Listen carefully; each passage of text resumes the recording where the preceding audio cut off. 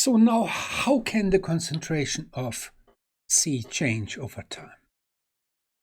We can express this change in terms of a budget equation.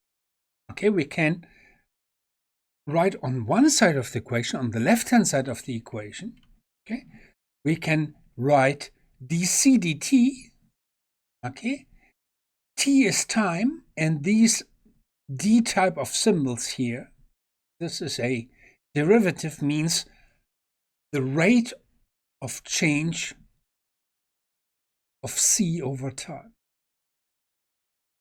Okay, we'll see increase. And how much will it increase over the next second? Will it decrease? How much will it decrease over the next second? Or will it stay the same? And this can be expressed as a function of what's on the right-hand side of the. Okay? We call it RHS, right-hand side. Okay? So what's written on the right-hand side is something called int here is an internal change. This means if you have a closed box without any fluxes that go through the faces, what is the change? Is there a change? Okay. There could be radioactive decay, for example, could lead to an internal change, or chemical interactions of your property. Okay? And what's called fluxes are the transports of a property through the faces of your control volume. And this symbol here is a sum signal, and it means that essentially you're dealing with 6 fluxes because you have 6 faces.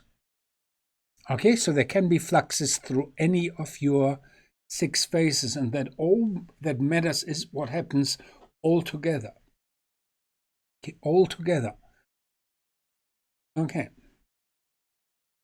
So this is your budget equation, and one important definition is what we call a steady state. And a steady state is a situation in which the concentration of your property does not change with time. Okay? It stays constant.